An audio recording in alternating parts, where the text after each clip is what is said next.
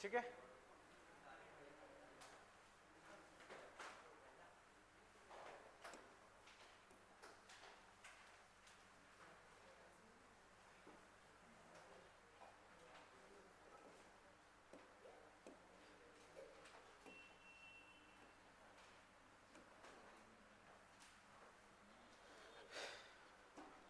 तो बच्चों सबसे पहले हम होमवर्क वाला पार्ट डिस्कस कर रहे हैं। तो बच्चों एक था क्वेश्चन नंबर 5, वो लास्ट में डिस्कस करते हैं, ठीक है। उससे पहले बाकी क्वेश्चंस मैं डिस्कस कर रहा हूँ, ठीक है। उससे बच्चों देखते हैं।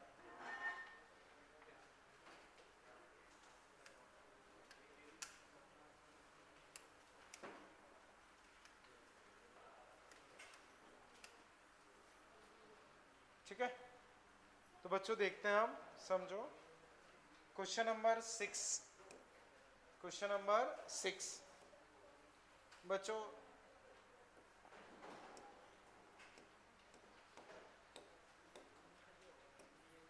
बच्चों मुझे बताओ 6 ये किससे सॉल्व हुआ, वो हैंड राइज करें।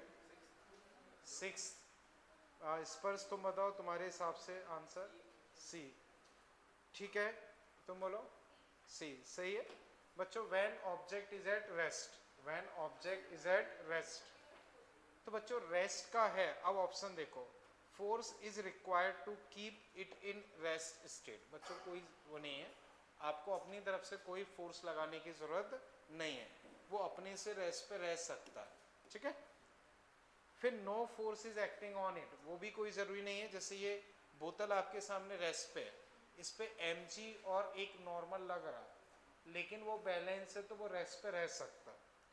फिर large number of forces may be acting on it which balance each other, तो उस पर बहुत सारे फोर्स लग सकते हैं, बस वो बैलेंस होने चाहिए, तो वो सबसे ठीक है। जैसे मान लो ये ऑब्जेक्ट है, इस पे इधर 5 लग रहा है, इधर 3 लग रहा है, एक 2 लग रहा है, बैलेंस है। इधर 7 लग रहा है, इधर 6 लग रहा है, इधर 1 लग रहा है, बैलेंस है। तो बहुत सारे फोर्सेस लग सकते हैं बट बैलेंस होना चाहिए, तो सबसे सही आंसर अपने पास सी हो जाएगा, ठीक है बच्चों। ओके, 7th बच्चों, ये जिससे सॉल्व हुआ, बोलो प्रज्ञा। ऑप्शन ए, ठीक है। और कोई उसके अलावा, ठीक है मैं डिस्कस कर रहा हूँ। A body can be rest even when it is under the action of number of external forces, सही है। अभी भी हमने देखा बहुत सारे एक्सटर्नल फोर्स के बावजूद वो रेस्ट पे रह सकती है। फिर देखो, vector sum of all external forces on body में बी जीरो, सही है। अगर उस पर वेक्टर सम जीरो है तो वो रेस्ट पे रह सकती है, सही है बिल्कुल। तो बच्चों अब दोनों सही हैं और कहीं ना कहीं रिलेटेड है, तो आंसर तुम्हारे पास क्या हो जाएगा, फर्स्ट। क्लियर है बच्चों, ठीक है। 8th बच्चों देखो, इसमें जिससे सॉल्व हुआ बताएं। राहुल तुम बोलो क्या आंसर, सी। और सही है C. If the net external force on body is zero then its acceleration is zero, सही है बच्चों। नेट फोर्स जीरो है तो एक्सीलरेशन क्या होगा, जीरो। फिर acceleration does not depend on force, वो गलत है। एक्सीलरेशन फोर्स पे डिपेंड करता है, तो सही गलत, सही गलत के हिसाब से आंसर सी, ठीक है बच्चों। बोलो अतुल, क्लियर है, ठीक। 9th, ये जिससे सॉल्व हुआ वो बताए एक बार। आस्था तुम बोलो। ऑप्शन डी, देखते हैं, तुम बोलो सी। सी सही है बच्चों। देखो, when object is in equilibrium, तो इक्विलिब्रियम में कब होता है, दो केस में, या तो रेस्ट में हो या कांस्टेंट वेलोसिटी, दोनों ही केस में एक्सीलरेशन क्या होता है, जीरो।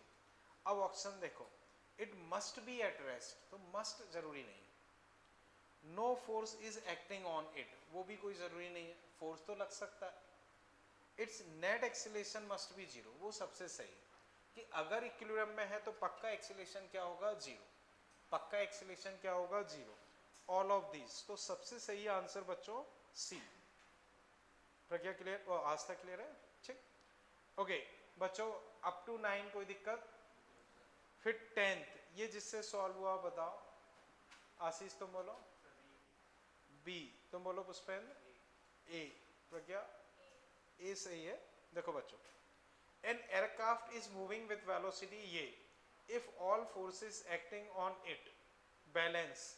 तो बच्चों अगर फोर्सेस बैलेंस हैं तो नेट फोर्स क्या हो गया, जीरो।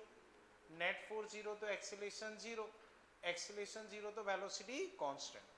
अब कांस्टेंट वेलोसिटी होनी चाहिए। अब ऑप्शन देखते हैं। It will still move with same velocity, वो ठीक है।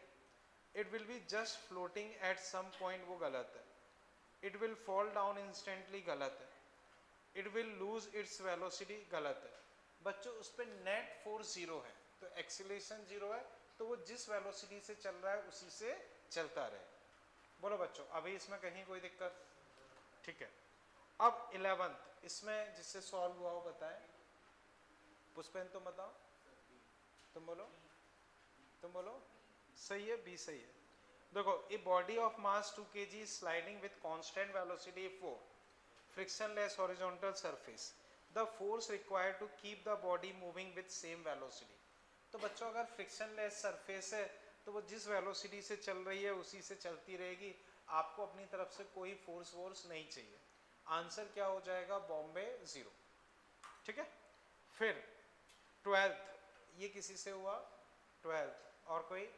आयुष तुम बोलो क्या है? सी। तुम बोलो डी। और कोई?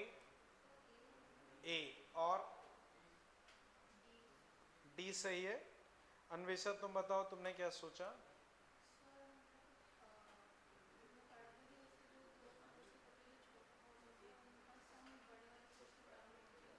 बड़े वाले फोर्स से बड़ा या बराबर, सही है। बच्चों याद करो, वेक्टर में हमने पढ़ा था, इसमें दिया है which of the following set of concurrent forces में बी इन इक्विलिब्रियम।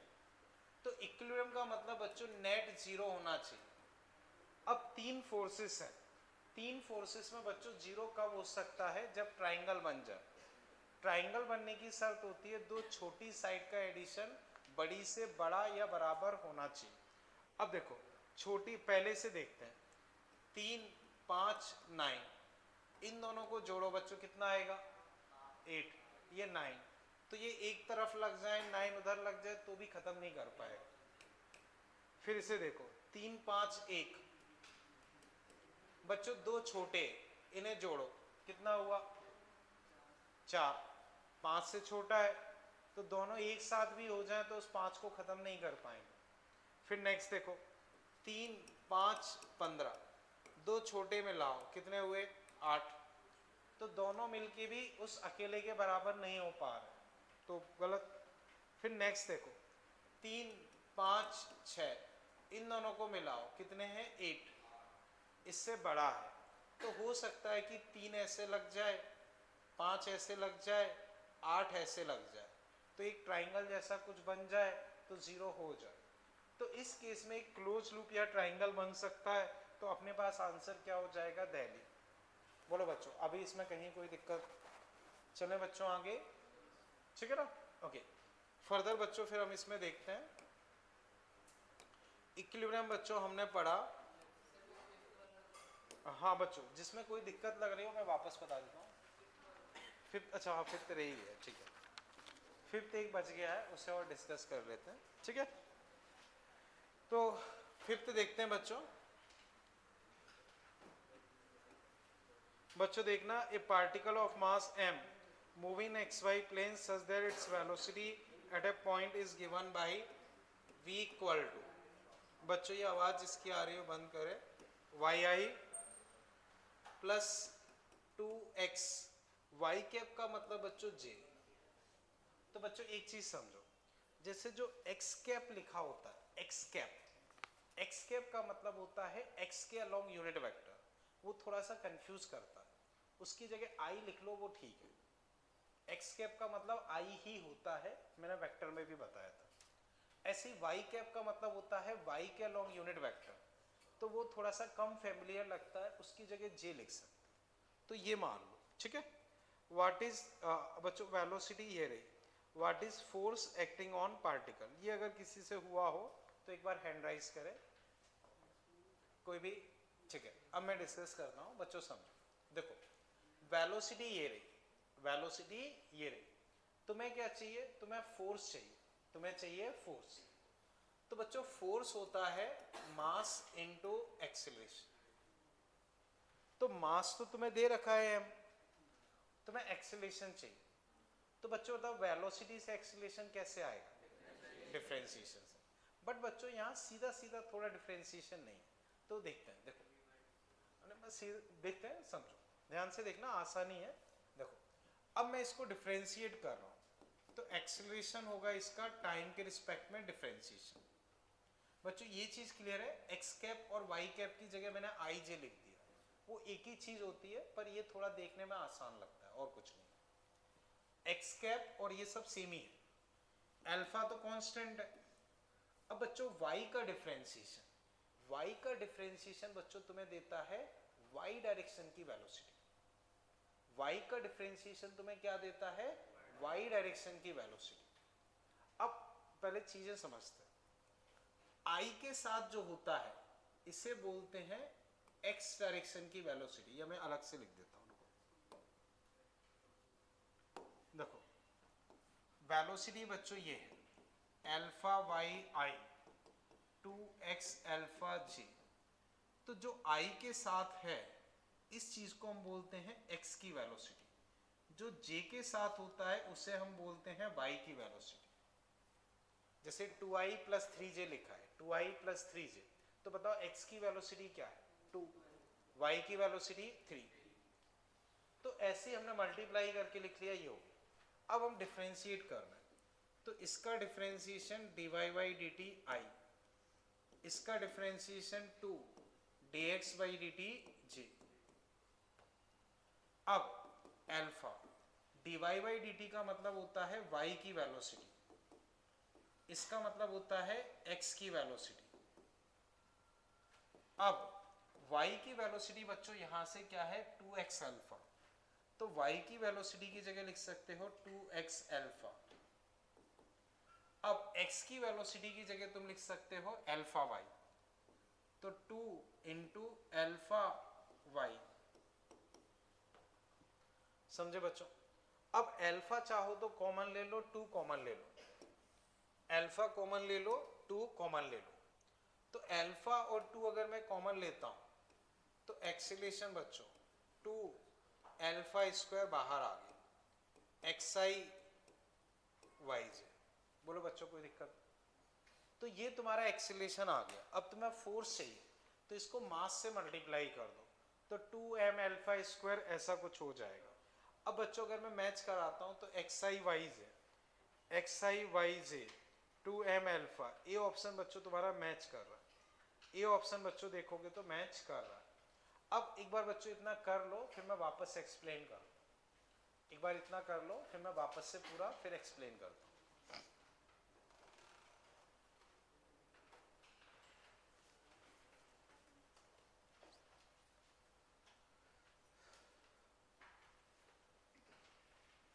तो बच्चों ये थोड़े से टफ क्वेश्चन है, एक दो बार और प्रैक्टिस करोगे, ढंग से करोगे, तब जाके वो दिमाग में स्टेब्लिश हो पाते हैं।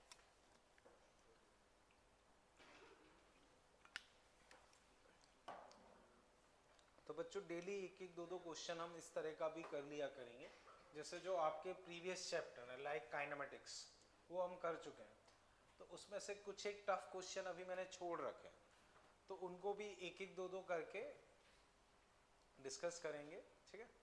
तो ऐसी डेली एक या दो क्वेश्चन इस तरह का दे दिया करो,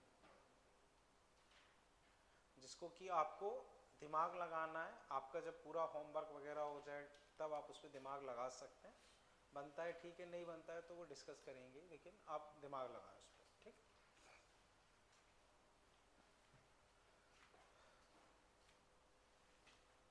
तो बच्चों जैसा कल मैंने कहा था, प्रॉपर तरीके से टैगिंग करके ही आप अपने होमवर्क कॉपी नोट्स बनाएं और उसे रेगुलर लेके आएँ, और मैं चेक भी करता रहूँगा।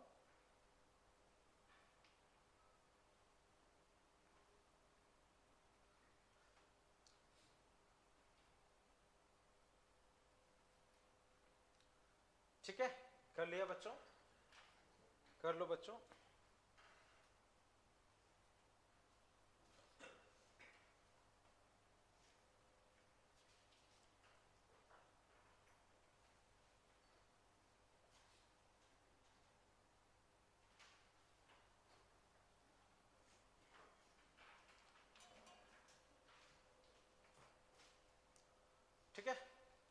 चलो बच्चों अब वापस देखते हैं, समझो। वेलोसिटी तुम्हारे पास ये लिखी हुई है, ठीक है भाई। तुम्हें फोर्स चाहिए, तो फोर्स होता है मास इनटू एक्सीलरेशन। मास तो तुम्हें दे दिया है, तुम्हें एक्सीलरेशन चाहिए, तो एक्सीलरेशन कैसे मिलेगा? वेलोसिटी को डिफरेंशिएट करके। तो वेलोसिटी जो लिखी है वो ये है, इसमें आई के साथ जो होता है उसे एक्स की वेलोसिटी बोलते हैं, जे के साथ जो होता है वो वाई की वेलोसिटी। अब मैंने इसको डिफरेंशिएट किया, तो अल्फा अलग हो गया वाई का D Y by D T, two अलग हो गया D X by D T. D Y by D T का मतलब होता है वाई की वेलोसिटी, इसका मतलब एक्स की वेलोसिटी। अब यहां से मैं लिख सकता हूं कि एक्स की वेलोसिटी है ये, तो एक्स की वेलोसिटी की जगह बच्चों मैंने ये रखा। y की वेलोसिटी है ये, तो y की वेलोसिटी की जगह बच्चों मैंने ये रखा। अब इसमें से 2 अल्फा मैंने कॉमन ले लिया, तो एक्सीलरेशन ये आ गया। इसी को मास से हम मल्टीप्लाई कर देंगे तो फोर्स आ जाएगा। तो अपने पास आंसर कौन सा मैच कर जाएगा? First one. तो आंसर अपने पास हो जाएगा फर्स्ट वन। अब बच्चों इस क्वेश्चन को पूरा चेक करो, कहीं कोई दिक्कत परेशानी लग रही हो तो पूछो। ठीक बच्चों, चलें अभी आगे। ठीक, तो बच्चों अब मुझे बताओ, अप टू 11 क्वेश्चन हम इसमें डिस्कस कर चुके हैं। 11 क्वेश्चन तक, 11 क्वेश्चन तक बच्चों या 12 तक हम डिस्कस कर चुके हैं। 12 तक बच्चों कहीं कोई डाउट? हाँ बोलो बोलो, कोई दिक्कत लग रही हो पूछो आराम से। ठीक है, चलें आगे। अब बच्चों आगे चलते हैं, ठीक है। तो बच्चों अब नेक्स्ट हेडिंग आप इस तरह से इसमें लिख लो, Newton's first law of motion. Newton's first law of motion, Newton's first law of motion. इसी को बच्चों हम लॉ ऑफ इनर्शिया भी बोलते हैं। न्यूटन्स फर्स्ट लॉ और law of inertia, Newton's first law of inertia. तो बच्चों इसका स्टेटमेंट क्या होता है? स्टेटमेंट बच्चों ये होता है, a body will continue its state of motion, A body will continue its state of motion until unless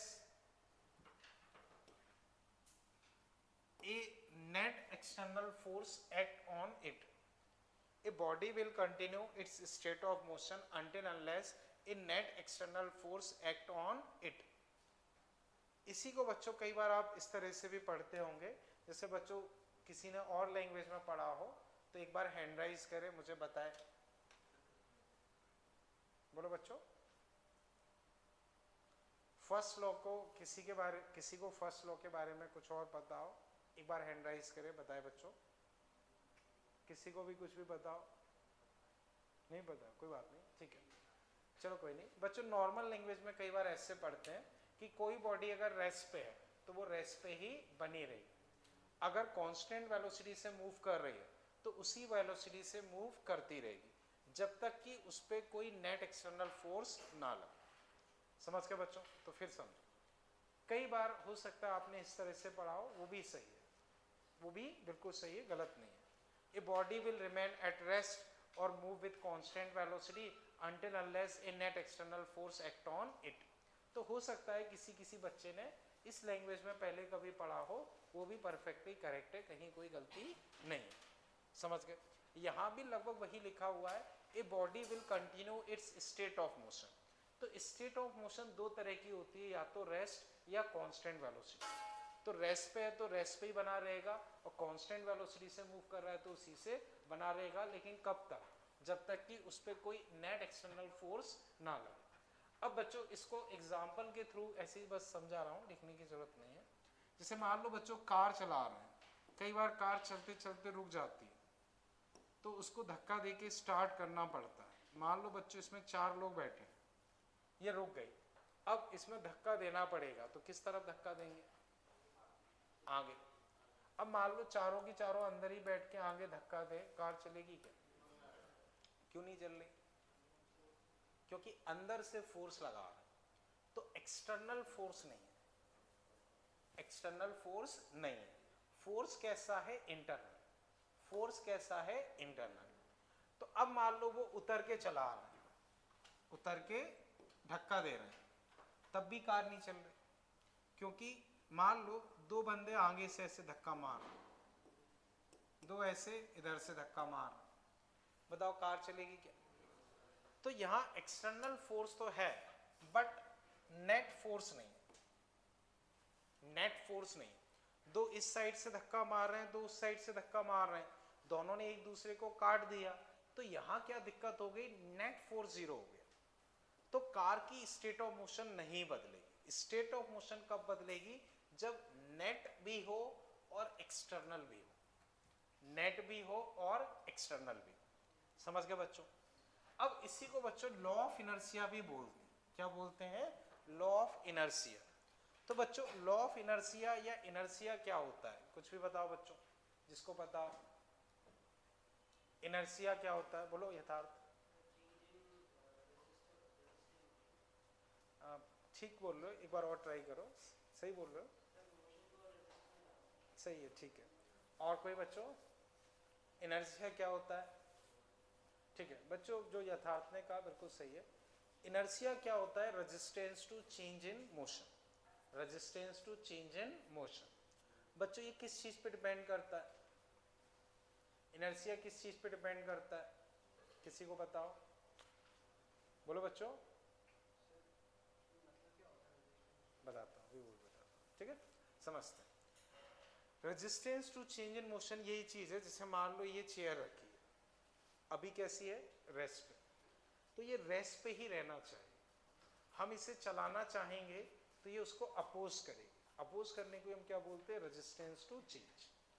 तो ये रेस्ट पे है तो ये रेस्ट पे ही रहना चाहती है, हम इसको चलाएंगे तो ये चलाने को अपोज करेगी, इसी को बोलते हैं रेजिस्टेंस टू चेंज।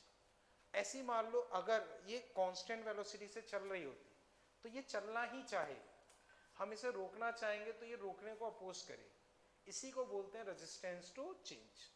कि वो रेस्ट पे है तो रेस्ट पे ही रहना चाहती है, आप उसे चलाओगे तो वो उसको अपोज करेगी। वो कांस्टेंट वेलोसिटी से चल रही है तो उसी से चलना चाहेगी, तुम रोकोगे तो उसको अपोज करेगी, इसी को बोलते हैं रेजिस्टेंस टू चेंज। अब बच्चों एक सिंपल सी चीज का आंसर दो। एक साइकिल खड़ी है, उसको तुम धक्का देके चला रहे हो, और एक ट्रक को धक्का देके चला रहे हो, किसको आसानी से चला पाओगे? एक साइकिल तुम्हारे सामने आ रही है, तुम उसको पकड़ के रोकना चाह रहे हो, और एक ट्रक को रोकना चाह रहे हो, किसको रोक पाओगे? तो बच्चों सीधी सी बात है, ये डिपेंड करता है मास पे। किस पे डिपेंड करता है? मास पे। अगर सेम सिचुएशन तो किस पे डिपेंड करेगा? मास पे। तो ज्यादा मास ज्यादा इनर्शिया, ज्यादा मास ज्यादा इनर्शिया। तो इनर्शिया अपना किस चीज पे डिपेंड करता है? मास पे। बच्चों इनर्शिया तीन तरह से हो जाता है। एक हो जाता है रेस्ट का, एक हो जाता है मोशन का, और एक हो जाता है डायरेक्शन का। तो अभी हम और ज्यादा डिटेल में पढ़ेंगे, इतना समझ गए ना बच्चों? ठीक। तो अब बच्चों हेडिंग लिख लो, इनर्शिया। इनर्शिया, तो इनर्शिया में बच्चों अब आप लिख लो, resistance to change in its translational state of motion is called inertia. Resistance to change in its translational state of motion is called inertia. It depend on mass. It depend on mass. Greater the mass, more will be inertia for same change in state of motion. Greater the mass, more will be inertia for same change in state of motion. अगर ज़्यादा मास होगा तो तुम्हें cycle की रफ्तार 20 करनी है और ट्रक की रफ्तार 20 करनी है, तो साइकिल में आसानी से हो जाएगी, ट्रक में मुश्किल से हो पाएगी।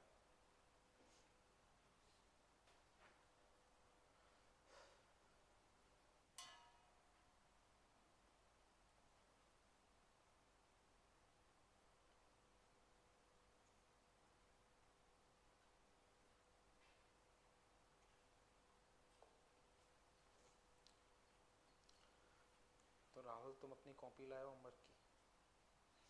क्यों? कल मैंने कहा था रेगुलर लेके आना है। फैजुल तुम निकालो, तो वो रेगुलर लेके आना, इसमें आज और कल जैसा है ही नहीं। दिखाओ मुझे। नहीं मॉड्यूल नहीं, पहले मैं यही देख लूँ। न्यू चैप्टर, पर इसमें कुछ लिखा नहीं है ना, डेट भी डाली है, डीपीपी नंबर भी डाला है, बस क्वेश्चन एक भी नहीं किया है। ठीक, तो इससे थोड़ी कोई फायदा मिलेगा। नहीं कॉपी बनाई थी तो पहले का जो होगा वो करना था। तो प्रॉपरली करो इसे, ठीक है। मयंक तुमने बनाई है कोई कॉपी? क्यों? अब इस चैप्टर से ट्राई करो, प्रॉपर होमवर्क कॉपी बनाओ और प्रॉपर जैसे मैं टैगिंग करके बोलता हूँ ना उस तरह से चीज़ें रखो। बच्चों इतना नोट कर लिया? ठीक है ना, कर लो फटाफट। पुष्पेन तुमने बनाई है?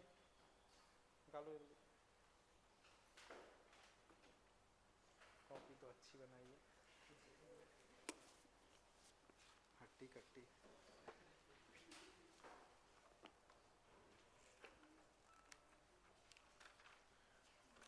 हाथ पे रख के उठाने में भी दिक्कत लग रही है, पर लिखा हुआ है इसमें भी कुछ लग नहीं रहा है। तो बहुत पुराना सा कुछ लग रहा है,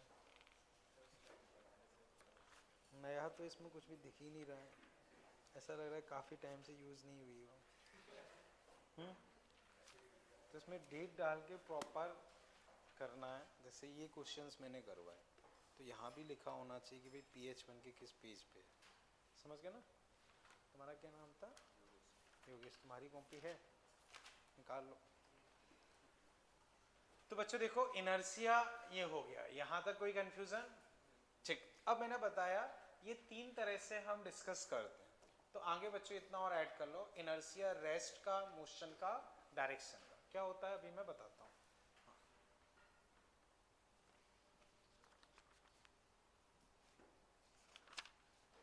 आपने लिखा काफ़ी अच्छे से है, पेज नंबर डाल के साफ साफ, पर रिवर्ब के बाद से रिसेंट का कुछ भी नहीं लिखा है ना, तो कल का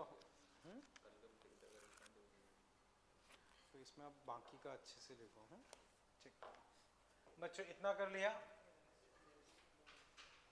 ठीक है, तो बच्चों आप पुराना भले ही जैसा भी हो लेकिन NLM से आपकी हर चीज़ बहुत प्रॉपर होनी चाहिए, ठीक है ना। हर क्वेश्चन का प्रॉपर सॉल्यूशन हो, प्रॉपर टैगिंग हो, ठीक। तो पुराने का जैसा भी होगा उससे फ़र्क नहीं पड़ेगा, पर जैसे मान लो मैंने ये DPP दिया तो हर एक के DPP पे यहीं पे लिखा होना चाहिए कि भाई तुमने कहाँ उसका सॉल्यूशन किया। समझ रहे हो? अब जैसे कई क्वेश्चन बहुत थ्योरेटिकल्स हैं, ठीक है ना, तो उस पर कुछ नहीं, आप क्वेश्चन नंबर लिख के आंसर डायरेक्ट लिख लो वो भी चल जाएगा। जैसे मान लो कोई क्वेश्चन बहुत सिंपल सा या थ्योरेटिकल सा ही, आप क्वेश्चन नंबर लिख के डायरेक्ट आंसर लिख लो वो भी चल जाएगा, पर हर एक का पेज नंबर लिखा होना चाहिए, ठीक है। ओके, क्लियर है बच्चों? ठीक, यहाँ तक कोई दिक्कत? अब बच्चों इनर्शिया को मैं कुछ एग्जाम्पल के थ्रू एक्सप्लेन कर रहा हूँ, क्वेश्चंस हमसे कैसे पूछे जाते हैं और किस तरह के इसके एग्जाम्पल होते हैं वो बच्चों हम डिस्कस कर रहे हैं।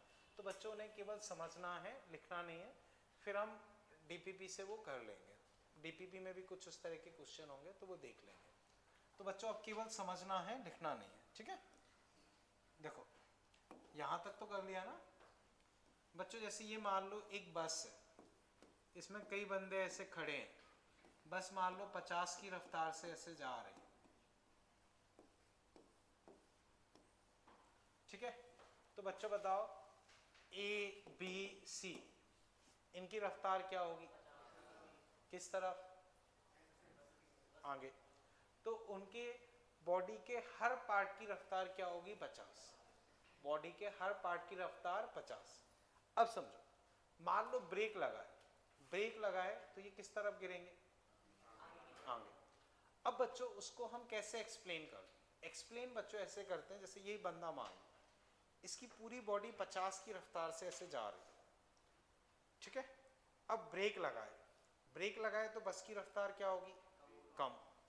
तो इसकी पूरी बॉडी की रफ्तार कितनी है? 50। अब ब्रेक लगाए, ब्रेक लगाए तो बस की रफ्तार कम हुई, और इसका कौन सा हिस्सा बस के कांटेक्ट में? पैर। पैर ही तो कांटेक्ट में, तो इसका पैर बस के कांटेक्ट में। तो पूरी बॉडी की रफ्तार तो 50 आगे, बस की रफ्तार कम हुई तो शूज की रफ्तार कम हुई या पैर की रफ्तार कम होगी, तो इसकी बाकी बॉडी तो 50 की रफ्तार से आगे जाना चाहेगी, लेकिन पैर या शूज वहीं रुकना चाहेंगे या वो कम रफ्तार से चलेंगे। तो बॉडी आगे चली गई, पैर पीछे रह गए, उस वजह से ये कैसे गिर जाएगा? आगे। ये कैसे गिर जाएगा? आगे। तो इस चीज को हम बोलते हैं कि due to inertia of motion, due to inertia of motion इसका अपर पार्ट मूविंग में रहना चाहता है, अपर पार्ट मूविंग रहना चाहता है, लेकिन शूज रेस्ट में आ रहे हैं, तो उस वजह से वो आगे की तरफ गिर जाता है। समझ पाए बच्चों? तो ये एक इनर्शिया ऑफ मोशन का एग्जाम्पल है। क्लियर है बच्चों? अब ये बस में बैठा है, बस के अलावा कई बार बोलते थे कि घोड़े पे कोई दौड़ रहा है, ठीक ना, घोड़ा पे बैठ के कोई घोड़े को दौड़ा रहा है, ठीक है। अब समझो घोड़ा भी अचानक मान लो ब्रेक या रोकता है अपने आप को, घोड़ा भी अपने आप को रोकता है, तो वो बंदा किस तरफ गिरेगा? आगे। उसमें भी वही फंडा रहता है कि बॉडी का अपर पार्ट मोशन में, लोअर पार्ट रेस्ट पे आना चाह रहा है, उस वजह से वो आगे की तरफ झुक जाएगा। अब बाइक पे बैठे होते हो, बाइक पे भी अचानक ब्रेक लगाते हो, तो आप किस तरफ झुक जाते हो? आगे की तरफ। रीजन यही है कि बॉडी का ऊपर वाला पार्ट मोशन में, वो उसी में रहना चाहता है, नीचे वाला पार्ट रुक गया तो उस वजह से हम आगे की तरफ झुक जाते हैं। तो वो एग्जाम्पल बस, बाइक, घोड़ा कोई सा भी हो सकता है, कंसेप्ट यही रहे। तो इनर्शिया ऑफ मोशन क्लियर है। अब वापस समझते हैं। यही बस फिर पकड़ ली, बस में आप खड़े हो और बस रुकी हुई है, बस रुकी हुई। अब बच्चों आप लोगों ने देखा होगा अचानक बस आगे एक्सीलरेट करती तो तुम किस तरफ गिरते हो? पीछे। अब इसमें क्या फंडा लगता है, ये आपकी बॉडी है, पूरी बॉडी रुकी हुई, हर एक बॉडी के हिस्से की वेलोसिटी 0। अब बस चली तो बस के कांटेक्ट में तुम्हारे शूज है, तो शूज बस के साथ ऐसे आगे जाएंगे, तो तुम्हारा अपर पार्ट तो रेस्ट पे रहना चाहता है, लेकिन शूज आगे जाना चाहता है, तो एक तरीके से आपके पैर को कोई ऐसे आगे खींच रहा है, तो आपका अपर पार्ट तो वहीं रह गया, पैर आगे चले गए, तो तुम कहाँ गिर गए? पीछे। समझ पाए आयुष? बोलो कोई कंफ्यूजन हो? तो अब इस चीज को हम क्या बोलते हैं? Inertia of rest. कि due to inertia of rest आपकी बॉडी का अपर पार्ट रेस्ट पे रहना चाहता है, पर शूज आगे जाना चाहते हैं, उस वजह से तुम आगे की, पीछे की तरफ गिर जाओगे। अब ये बाइक पे भी हो सकता है, घोड़े पे भी हो सकता है, वो फर्क नहीं पड़ता, ट्रेन हो, बस हो, वो फर्क नहीं पड़ता है, सब में एक ही एक्सप्लेनेशन लगता है। समझ गए बच्चों? कोई दिक्कत? ठीक है। अब और एग्जांपल बच्चों समझे तो अब इनर्शिया ऑफ डायरेक्शन समझते हैं। जैसे बच्चों बस यूं जा रही है, अचानक से यूं टर्न लेती है, बस बच्चों ऐसे जा रही है और यूं अचानक टर्न ले, या बाइक पे आप जा रहे हो तब अचानक टर्न लो, तब भी आपने फील किया होगा कि जैसे बाइक अगर ऐसे टर्न ले रही, तो जैसे मान लो आप बाइक पे यूं बैठ के यूं टर्न ले रहे हो, ये आप बैठे हो और यूं टर्न ले रहे हो, तो बच्चों बताओ इधर की तरफ झुकते हो, सीधे रहते हो, या दूसरी तरफ झुकते हो? इस तरफ झुकते हो। रीजन ये, तुम्हारी बॉडी इधर ही जाना चाहती है, लेकिन जबरदस्ती मोड़ दिया तो वो इधर मुड़ गई, लेकिन बॉडी तो वैसे ही जाना चाहती है, तो उस वजह से वो उस तरफ भागती है, ये इस तरफ भागता है, तो आप इधर की तरफ झुक जाते हो। तो ये हो जाता है इनर्शिया ऑफ डायरेक्शन। वहां पे क्या हो रहा है? आप डायरेक्शन चेंज को अपोज कर रहे हो, आप इस डायरेक्शन में जाना चाह रहे थे, आप इसी में जाना चाह रहे हो, ये हो गया इनर्शिया ऑफ डायरेक्शन। समझ पाए बच्चों? अब ये चीज किसी पे भी बैठ के हो सकती है, वो चाहे बस हो, कार हो, घोड़ा हो, फर्क नहीं पड़ता। ये चीज क्लियर? इसके अलावा बच्चों कुछ और क्वेश्चंस होते हैं, जैसे मान लो बच्चों ये जैसे टैबलेट आपको दिख रही है, ये ट्रेन मान लो, नीचे के कंपार्टमेंट में ये मान लो कोई और स्टूडेंट बैठा है, टैबलेट मान लो, और यहाँ से मान लो मैंने पेन गिराया, अगर गिराऊंगा तो सीधा टैबलेट पे गिरेगा, तो मान लो नॉर्मल वे में सीधा टैबलेट पे गिर रहा है। अब ट्रेन प्लेटफॉर्म पे आने वाली है, तो उसने ब्रेक लगा रखे, ब्रेक लगा रखे हैं, तब अगर मैं इसको छोड़ रहा हूँ तो ये पेन आगे गिरेगा, पीछे गिरेगा, या वहीं गिरेगा? सोचो सिचुएशन क्या है। यहां से तुमने कोई पेन या पार्टिकल या कुछ भी खाने पीने की चीज गिराई इसके हाथ में, अब ट्रेन ने ब्रेक लगा दिए, तो ये खाने पीने की चीज इसके हाथ में गिरेगी, आगे गिरेगी, पीछे गिरेगी? हैंड राइज करे जो आंसर एक्सप्लेन करना चाहे। और कोई? ओके आशीष तुम बताओ। चलो सर आगे गिरेगी तो सर जैसे ट्रेन रुकेगी तो सर जो इंसान बैठा होगा सर वो भी रुक जाएगा, उसकी बॉडी भी रुक जाएगी, तो सर आगे। चलो देखते हैं। अक्षय तुम बोलो। हाँ राहुल तुम बोलो। क्यों गिरेगी? सर क्योंकि जब हमारे पैर बॉडी से चिपके मतलब ट्रेन से चिपके इसको को बोल बॉडी लेना, से चिपके ही होते हैं बोल ले तो बोल लेना। सर, बॉडी ट्रेन से चिपके हुए हैं तो अगर हमारी हमारी बॉडी वो आगे की तरफ मूव करेगी, पर लेकिन जो बॉल है मतलब कुछ भी हवा में है उसके ऊपर थोड़ी ना वो फोर्स लगेगी, क्योंकि वो तो पीछे की तरफ ही जाएगी, हमारी बॉडी आगे जाएगी वो चलो सीधे देखते देखते और कोई। सर वो बॉल भी तो मूव ही कर रही होगी सेम वेलोसिटी से, तो सर वो आपने बताया था कि कैसे वो आगे जाएगी फिर। चलो अब मैं डिस्कस कर रहा हूँ बच्चों। देखो, मान लो ट्रेन की रफ्तार सपोज 30 है, तो बॉल जो उसके हाथ में है उसकी रफ्तार क्या होगी? 30। अब उसने हाथ से बॉल छोड़ दी तो उसकी रफ्तार 30। अब ब्रेक लगाए तो ट्रेन की रफ्तार 29, 28, 25 कम हो। जैसे मान लो मैंने जब 30 रफ्तार थी इसको छोड़ दिया तो इसके पास रफ्तार क्या है? 30। अब ये हवा में पहुंच गई। अब हवा में पहुंचने के बाद इस पे थोड़ी ब्रेक का कोई असर होगा, हवा में तो इस पे ग्रेविटी का फोर्स लग रहा है, इधर उधर तो फोर्स लगेगा ही नहीं। तो इसकी रफ्तार तो 30 है, लेकिन ट्रेन की रफ्तार क्या हो गई? 29, 28 कुछ रह गई। तो अब समझो, अगर ट्रेन की रफ्तार भी 30 होती तो जितना ये चलता उतना ये चलता, ये सीधा इसके हाथ में गिरता। अब ये 28 या 27 की रफ्तार से चलेगा तो ये थोड़ा पीछे रह गया, ये 30 की रफ्तार से चल रहा है तो आगे चला गया, तो इसकी रफ्तार ज़्यादा है तो ये थोड़ा सा आगे इधर गिर जाएगा, क्योंकि जब हमने छोड़ा है तब तो उसकी रफ्तार ज़्यादा है, ट्रेन की रफ्तार उसके बराबर है, लेकिन उसके थोड़ी ही देर में ट्रेन की रफ्तार कम हो जाएगी पर उसकी रफ्तार कम नहीं होगी। समझ गए? इसका रिवर्स भी है। मान लो तुमने छोड़ा और ट्रेन ने अपनी स्पीड बढ़ाना शुरू कर दिया, एक्सीलरेट करना शुरू कर दिया, तब ये कहाँ गिरेगा? पीछे, क्योंकि 30 उसकी है, ट्रेन की मान लो 31, 32, 33 हो गई, तो ट्रेन आगे निकल गई, वो पीछे रह गया। ये मान लो ट्रेन फिक्स स्पीड 30 से चलता रहे तो सीधा हाथ में आके गिर जाएगी। समझ गए बच्चों? कोई दिक्कत इसमें? अब बच्चों जो मैंने आपको सीट प्रोवाइड की है उसे देखो। हाँ सर, पर जब हाथ भी तो आगे जाएगा, हाँ बोलो बोलो। जब हाथ आगे जाएगा तो हाथ आगे जाएगा बट उतना आगे नहीं जा पाएगा। समझो, इसकी 30 रफ्तार, हाथ भी अगर 30 की रफ्तार से चल रहा होता तो मान लो 5 सेकंड में ये 150 आगे गया, ये 150 आगे गया, वहीं मिलेगा, हाथ में आ जाएगा। अब ये मान लो 30 की जगह 25 रफ्तार हो गई, तो 25 इंटू 5 ये कितना चला? 125। ये चला 150, तो ये इधर गिरेगा, हाथ इधर ही रहेगा। ठीक है? ओके। अब बच्चों समझो, जो मैंने सीट प्रोवाइड की है उसमें एक बार 13, 14, 15 ये तीन ट्राई करो।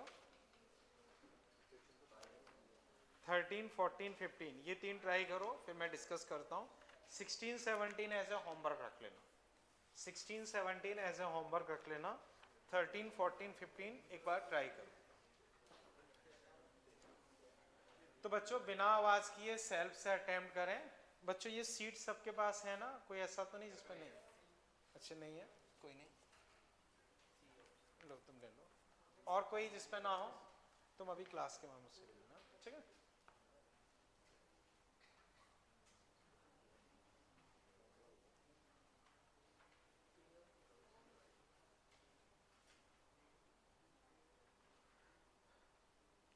A rider on horse back fall when horse start running all of sudden. Rider is taken back, rider is suddenly afraid of falling. Inertia of rest cap upper part of body rest whereas lower part move forward.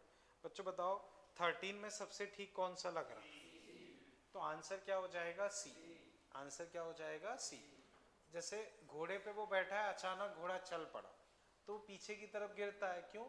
वही reason, upper part rest पे रहेगा, lower part motion में आएगा, तो due to inertia of rest वो पीछे गिर जाता है। ठीक है? 14 देख लो बच्चों।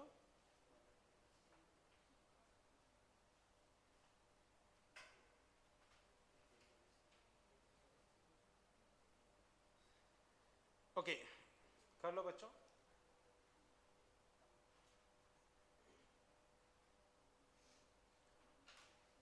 14 में बच्चों जिससे हुआ हो एक बार हैंड राइज करें, बताएं।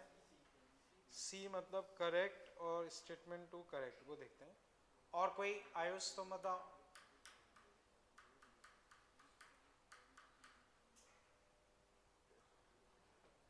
एक काम करो आयुष, तुम वहां से यहाँ आ जाओ, ठीक है।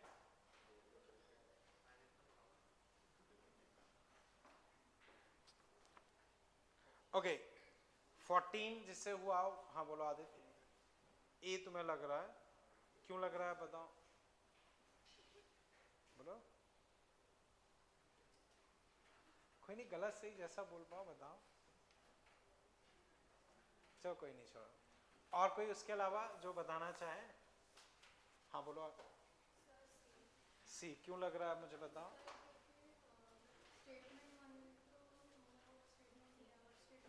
पहले ये बताओ स्टेटमेंट 1 करेक्ट है या रॉन्ग? सही है।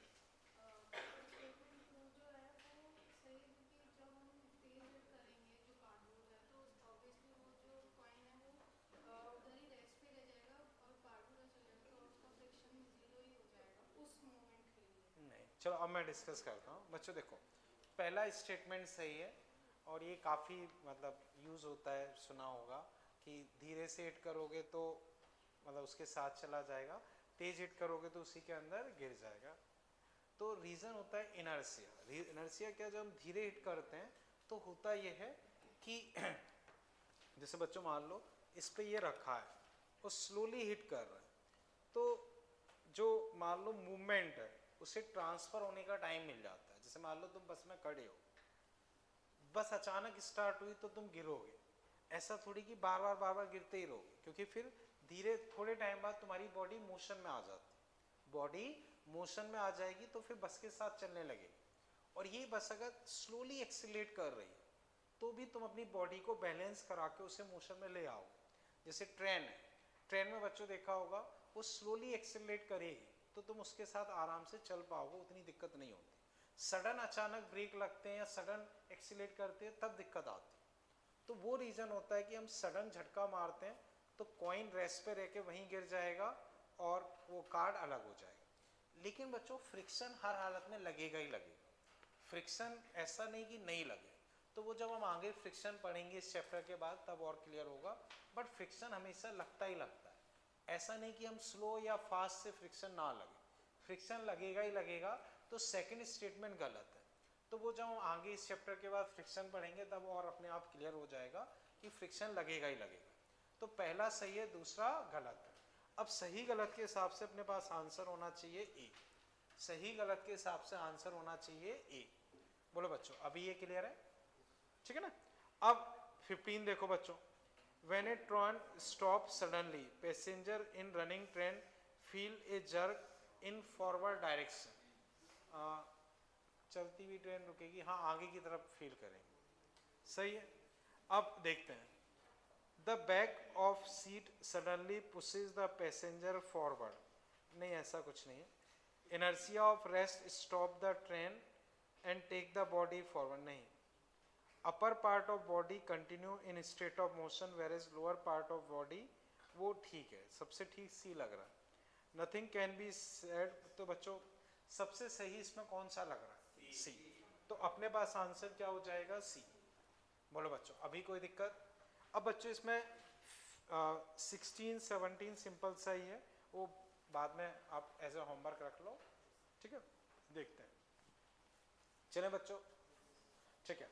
तो अभी हमने बच्चों पढ़ा इनर्शिया, इनर्शिया फर्स्ट लॉ बच्चों हमने पढ़ा। अब बच्चों हम पढ़ने वाले हैं मोमेंटम। तो बच्चों अब हेडिंग लिख लो मोमेंटम, मोमेंटम, ठीक है। तो बच्चों अब हम पढ़ने वाले हैं मोमेंटम, ठीक है। तो बच्चों पहले मैं चीजें समझा रहा हूं फिर आपको एक साथ लिखवा दूंगा, तो पहले केवल समझो, उसे लिखने की जरूरत नहीं है, ठीक है, ठीक है।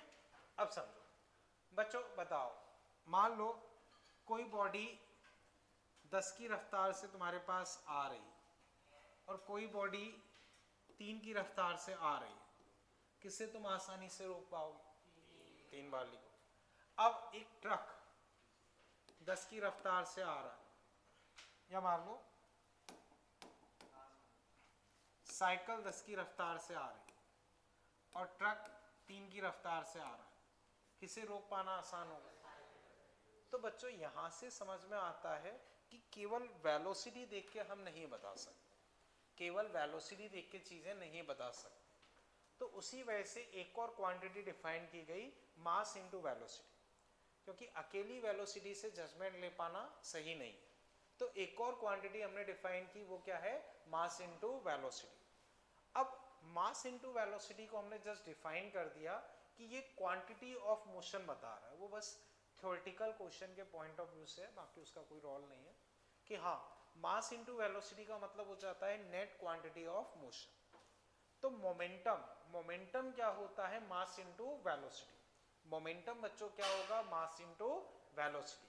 क्या रिप्रेजेंट करता है, net quantity of motion, quantity of motion in an object. अब बच्चों समझो, मोमेंटम मास इनटू वेलोसिटी, बताओ मास की कोई डायरेक्शन होती है, वेलोसिटी की? तो मोमेंटम वेक्टर हो जाएगा और इसकी डायरेक्शन कहाँ होगी, वेलोसिटी। अगर कोई पार्टिकल ईस्ट में जा रहा है तो मोमेंटम ईस्ट में, वेस्ट में जा रहा है तो वेस्ट में। अब बच्चों इसकी ऐसा यूनिट बताओ क्या होती है मास की, वेलोसिटी की? तो इसकी ऐसा यूनिट क्या बन जाएगी, केजी मीटर पर सेकेंड। इसका डायमेंशनल फॉर्मूला बनाओगे तो केजी मतलब मास, मीटर मतलब लेंथ, सेकेंड मतलब टाइम। तो डायमेंशनल फॉर्मूला क्या बन जाएगा, ml t-1। ये क्लियर है? अब जैसे बच्चों अगर हमें इनिशियल वेलोसिटी लिखनी हो तो उसको I से डिनोट कर देते हैं, तो ये हो गया इनिशियल मोमेंटम। ऐसे ही फाइनल वेलोसिटी लिखनी हो तो F से डिनोट कर दिया, ये फाइनल मोमेंटम। ऐसे चेंज इन मोमेंटम लिखना हो तो चेंज इन मोमेंटम हो जाएगा फाइनल माइनस इनिशियल, और चेंज इन मोमेंटम को ही हम इम्पल्स बोलते हैं। तो इम्पल्स का मतलब क्या होता है, चेंज इन मोमेंटम। इतना क्लियर है? ठीक है। तो अब बच्चों मोमेंटम में आप पॉइंट बना के लिखते चलो, जैसे मास m, वेलोसिटी b, तो मोमेंटम क्या हो जाएगा, mass into velocity, mass into velocity. It measure quantity of motion, क्या मेजर करता है, quantity of motion in an object. ऐसा unit KG metre per second. Dimensional formula ml t-1। It is a vector quantity, its direction is same as velocity। Vector quantity है, direction क्या होगी, velocity की direction में।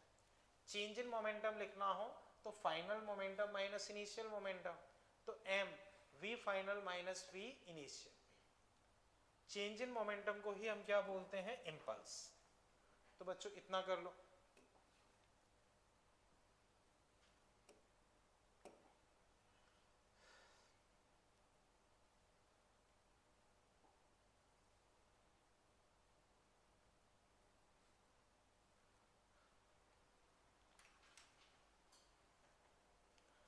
तुम्हारी copy है, निकालो।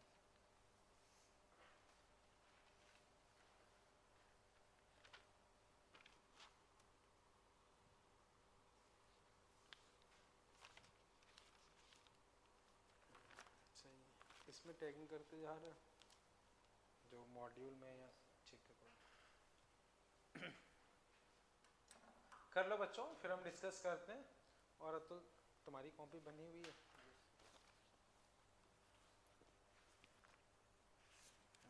ठीक ठीक लिखो, इतना गंदा सा लिखते हो। इसमें बहुत पुराना कुछ लिखा हुआ है, रिसेंट तो कुछ लिखा ही नहीं है। देखो अब से डेट डाल के प्रॉपर जो क्लास में करवा रहा हूँ वो हर एक क्वेश्चन प्रॉपरली होना चाहिए, प्रॉपर टैगिंग के साथ। तुम्हारी कॉपी कहाँ है?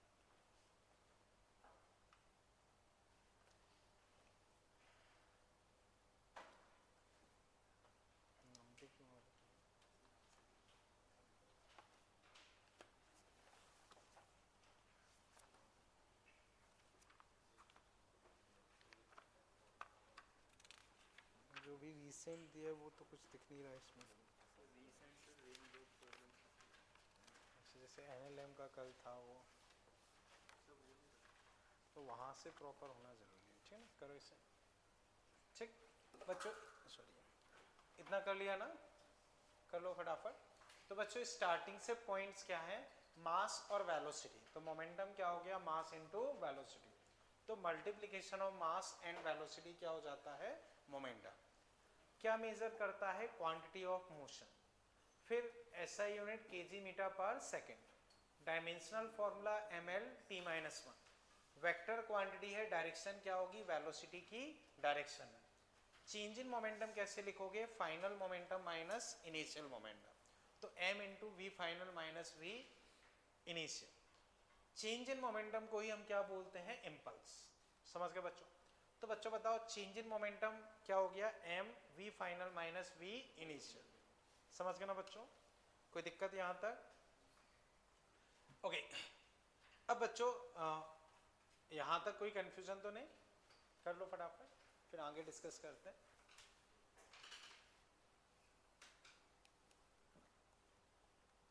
ठीक है, अब बच्चों केवल समझो पहले, फिर बाद में मैं आपको लिखवा दूंगा, तो अभी समझो। ठीक है बच्चों, जैसे मान लो ये सामने दीवार है, तुमने एक बुलेट चलाई, वो दीवार में ही रह गई, दीवार में ही रह गई, दीवार में ही रह गई, तो बाद में बताओ वेलोसिटी क्या होगी, जीरो। बाद में वेलोसिटी क्या हो गई, जीरो। तो बच्चों बाद का मोमेंटम क्या हो गया, जीरो। अब समझो, मान लो तुमने ऐसे बुलेट चलाई, मास m, वेलोसिटी u, बाद में यहीं अंदर रह गई, तो बताओ इनिशियल मोमेंटम क्या होगा। मान लो चलो ये डायरेक्शन माइनस, ये डायरेक्शन प्लस, तो बताओ इनिशियल मोमेंटम क्या हुआ, बोलो बच्चों, इनिशियल मोमेंटम क्या हुआ, माइनस का mu। फाइनल मोमेंटम, तो अब चेंज इन मोमेंटम क्या होगा, फाइनल माइनस इनिशियल mu। बोलो कोई दिक्कत? तो तुमने दीवार में ऐसे कोई गोली मारा, चलाई, और वो वहीं रह गई, वहीं रह गई, तो चेंज इन मोमेंटम तुम्हारे पास कितना आ गया, बोलो बच्चों, mu। अगर मैं पूछता हूं कि इम्पल्स कितना हुआ, तो mu। जो चेंज इन मोमेंटम है वही इम्पल्स। ठीक है, अब फिर समझो बच्चों, ठीक, तो पहले समझ लो, फिर एक साथ में लिखवा दूंगा। मान लो अब तुमने दीवार पर कोई ऐसी बॉल मारी, जैसे बच्चों देखते हो जो प्लास्टिक की वैसी बॉल आती है, ठीक, तो मारी और वो उसी स्पीड से वापस आ गई, उसी स्पीड से वापस आ गई। ये डायरेक्शन मान लो माइनस, ये डायरेक्शन प्लस। बच्चों बताओ अब इनिशियल मोमेंटम क्या है, फाइनल मोमेंटम, इधर mu तो plus mu। Change in momentum mu minus minus mu कितना हो गया, 2mu। समझ गए बच्चों? तो अगर वो उसी रफ्तार से वापस आ गई, उसी रफ्तार से वापस आ गई, तो चेंज इन मोमेंटम क्या हुआ, ट्वाइस mu। कई बार बच्चे मिस्टेक क्या करते हैं, mu और mu कट गए, जीरो, जो कि गलत है। आप विद साइन सब्ट्रैक्ट करोगे तो कितना आएगा, ट्वाइस mu। यहां तक कोई कंफ्यूजन?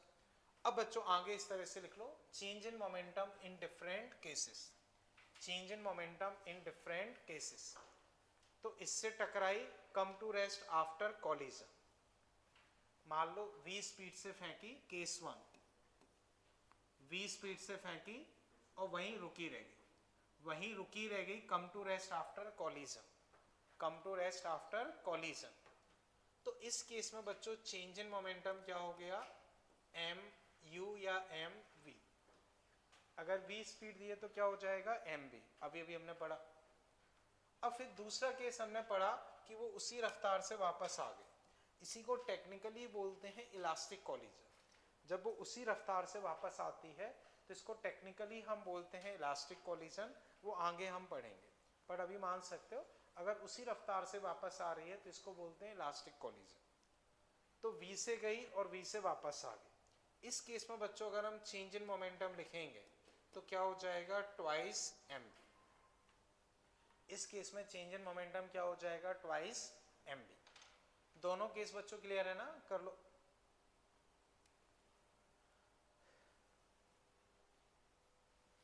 बोलो आयुष कोई दिक्कत हो? आयुष तुम्हारी कॉपी कहाँ है?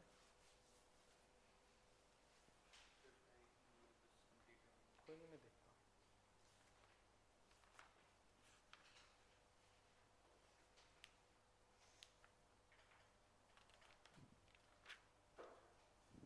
देखो साथ ही साथ इसमें भी टैग करते रहो, ठीक है ना, प्रॉपर पेज नंबर वगैरह डाल के। ठीक। और पृथ्वी कभी कभी दर्शन देने आ जाते हैं, एक कॉपी से ज़्यादा तुम आते रहो, वो ज़्यादा ज़रूरी है। ठीक, कभी आओगे कभी जाओगे, कैसे काम चलेगा। ठीक,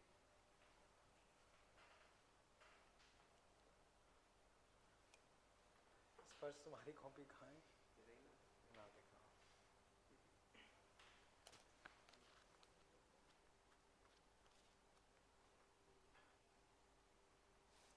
तुम्हारा भी रिवर के बाद कुछ किया हुआ नहीं है, तो फिर NLM से अब सारे क्वेश्चन प्रॉपर टैग करके बनाओ। ठीक,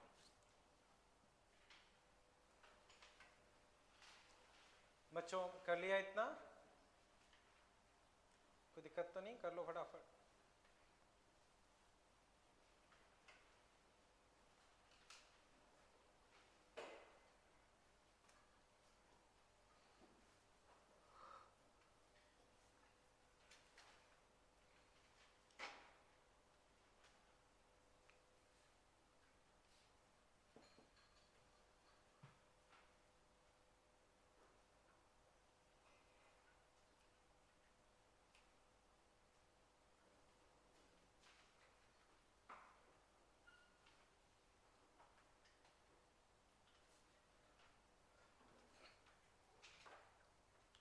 ठीक है बच्चों, यहाँ तक कोई दिक्कत तो नहीं? ठीक है, अब बच्चों इसे मैं हटा रहा हूँ। ठीक, अब इसी में एक और केस बच्चों रहता है, वो फिर देखते हैं। ये कर लिया ना? ठीक है ना, हटा दो इसे। ठीक, अब केस 3 देखो बच्चों। केस 3, मान लो बच्चों तुमने ऐसे फेंका v स्पीड से, टकरा के v स्पीड से ही चला गया थीटा एंगल पर। जैसे कई बार बच्चों बॉल तिरछी फेंकते हैं, बॉल ऐसे तिरछी फेंकते हैं तो वो ऐसी तिरछी आती है, तो v से फेंका, v से ऐसे आ गया।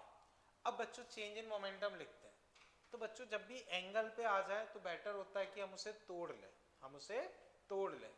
तो बच्चों अब ध्यान से देखना, देखो इसकी वेलोसिटी इधर है बच्चों, ये एंगल थीटा है, तो बताओ ये कितना होगा? थीटा। तो बच्चों अगर मैं वेलोसिटी को रिजॉल्व करता हूं तो जिससे एंगल टच हो वो कॉस, तो v cos थीटा, इधर v sin थीटा। बच्चों देखो इधर एंगल टच है, तो इधर कंपोनेंट cos, इधर कंपोनेंट sin। ये पहले हो गया। बाद में बच्चों मान लो ये ऐसे जा रहा है, तो वेलोसिटी इधर है, तो यहां एंगल टच है, तो बच्चों इधर कंपोनेंट क्या आएगा? v cos थीटा, उसके रिमेनिंग इधर v sin थीटा। बच्चों कंपोनेंट्स में तोड़ना समझ पाए? इधर वेलोसिटी है, इधर थीटा, तो cos sin, इधर थीटा टच है तो cos sin। समझ गए बच्चों? अब बच्चों इसको मैंने x माना, इसको मैंने y माना। अब बच्चों अगर मैं इनिशियल मोमेंटम लिखता हूं, इनिशियल मोमेंटम, तो मास बच्चों उधर और नीचे, उधर कौन सी डायरेक्शन होती है? माइनस आई, और नीचे माइनस जी। समझ पा रहे हो ना? तो देखो v cos थीटा माइनस आई, v sin थीटा माइनस जी। ठीक, अब फाइनल लिखता हूं, तो मास v cos theta, v sin theta, उधर डायरेक्शन क्या है? प्लस आई, और इधर माइनस जी, तो v cos थीटा प्लस आई या आई, वो एक ही बात है, और v sin थीटा माइनस जी। अब चेंज चाहिए, तो चेंज होगा वही फाइनल माइनस इनिशियल। अब बच्चों समझो, इससे इसको सब्ट्रैक्ट करो, तो v sin थीटा माइनस जे, v sin थीटा माइनस जे, ये दोनों कट जाएंगे। इससे इसको सब्ट्रैक्ट करोगे तो माइनस ऑफ माइनस प्लस हो जाएगा, तो ये जुड़ जाएंगे, तो v cos theta two v cos theta into m, तो फाइनली तुम्हारे पास आएगा 2mv cos थीटा i। तो अब चेंज इन मोमेंटम कितना आ गया? 2mv cos theta i। एक बार बच्चों इतना कंप्लीट करो, फिर मैं वापस डिस्कस करता हूँ।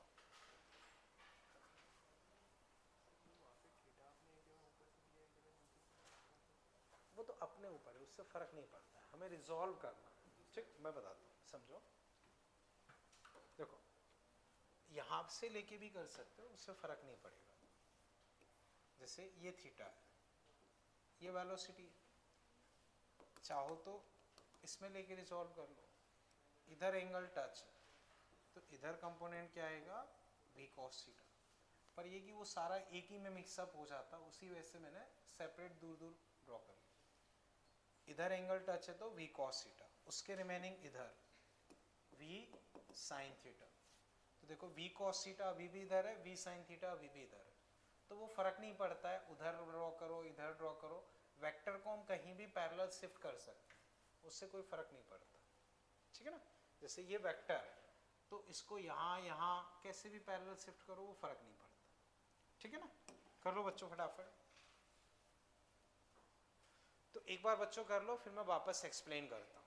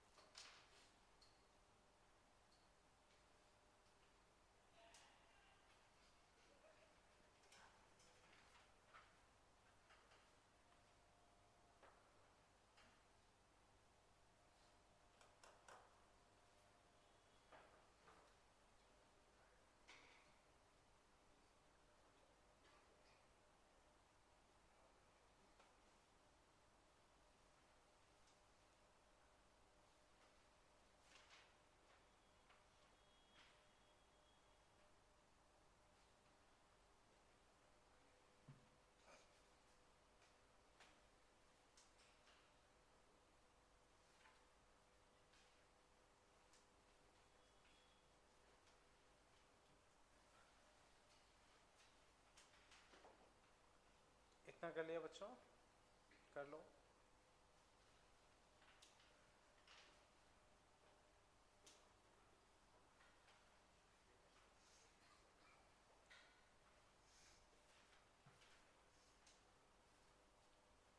ठीक है, अब बच्चों वापस से समझते हैं। देखो इसकी वेलोसिटी इधर थी, ये थीटा तो ये थीटा, इधर कॉस इधर साइन, इधर v, इधर टच है तो कॉस इधर साइन। वेक्टर फॉर्म में लिखोगे तो माइनस आई माइनस जे, इसको लिखोगे तो प्लस आई माइनस जे। चेंज चाहिए तो इससे इसको सेपरेट करो, दोनों सेम है कट गए, ये जुड़ गए, तो 2mv cos थीटा आई। बताओ बच्चों कहीं दिक्कत हो? अब बच्चों आप अपने सीट में क्वेश्चन नंबर 18 देखो, क्वेश्चन नंबर 18 बोलो बच्चों उसमें क्या आंसर होना चाहिए। अभी एक बार ट्राई करो ये वाला, ठीक है ना। आंसर अभी बोलो नहीं, जब मैं पूछूं तब बताओ। हाँ बोलो बच्चों। सर एक चीज़ बोलूँ, हाँ हाँ, सर जैसे कोई चीज़ हम ऐसे फेंकेंगे वो टकराएगी सर, तो उसकी स्पीड बढ़ेगी, ग्रेविटेशन फोर्स। अच्छा ग्रेविटेशन को कंसीडर करोगे तो बढ़ेगी, बिकॉज ये ग्रेविटी को कंसीडर करोगे तो बढ़ेगी। लेकिन यहाँ क्या होता है, फैक्ट जो मैं बताऊं, जनरली क्या होता है, आपको जस्ट टक्कर से पहले, बिल्कुल जस्ट टक्कर से पहले स्पीड v है, और जस्ट टक्कर के बाद ऐसे पूछते हैं। या मान लो जैसे हॉरिजॉन्टल प्लेन में एक दीवार है, तो स्मूथ सरफेस पे ऐसे आके ऐसे टकरा रही, तो फिर ग्रेविटी का इफेक्ट नहीं होगा, तो वो चीज़ रहती है। ठीक है, ओके ओके। अब बच्चों हैंड राइज करें जिससे हुआ हो। दीप्ति, प्राप्ति आप बताओ, प्राप्ति आप तो cos थीटा क्या रखोगे, थीटा थीटा नहीं। देखो रीजन ये मैं बताता हूँ, जो हमने ये निकाला है, इसमें यहाँ से एंगल है, देखो डायग्राम है, और उसमें यहाँ से एंगल 30 दिया, उसमें देखोगे यहाँ से एंगल 30 दिया। ठीक है, ये 30 है तो ये वाला एंगल अपने पास कितना होगा 60। तो बच्चों जो हमने ये निकाला है उसमें नॉर्मल से एंगल लिया है, जबकि जो डायग्राम हमें दिया है उसमें साइड से एंगल है। तो अगर हम इसे यूज करना चाहते हैं तो हमें यही एंगल लेना पड़ेगा, और ये वाला एंगल अपने पास कितना होगा 60। ठीक है ना, देखो डायग्राम में यहाँ से 30 एंगल दिया, जबकि ये 30 है तो ये 60 होगा। तो इस फॉर्मूले को यूज करने के लिए हमें यहाँ से एंगल चाहिए होगा, तो यहाँ से एंगल अपने पास कितना होगा 60। समझ पाए? तो अब तुम्हारे पास आंसर होगा 2mv cos 60। cos 60 हाफ होगा तो final answer mv। Final answer बच्चों हो जाएगा mv, यानी कि ऑप्शन ए। समझ पाए ना बच्चों? तो वहां 30 था लेकिन हम 60 कंसीडर करेंगे। अभी इसमें कहीं कोई दिक्कत तो नहीं? ठीक है। अब बच्चों फर्दर फिर हम देखते हैं।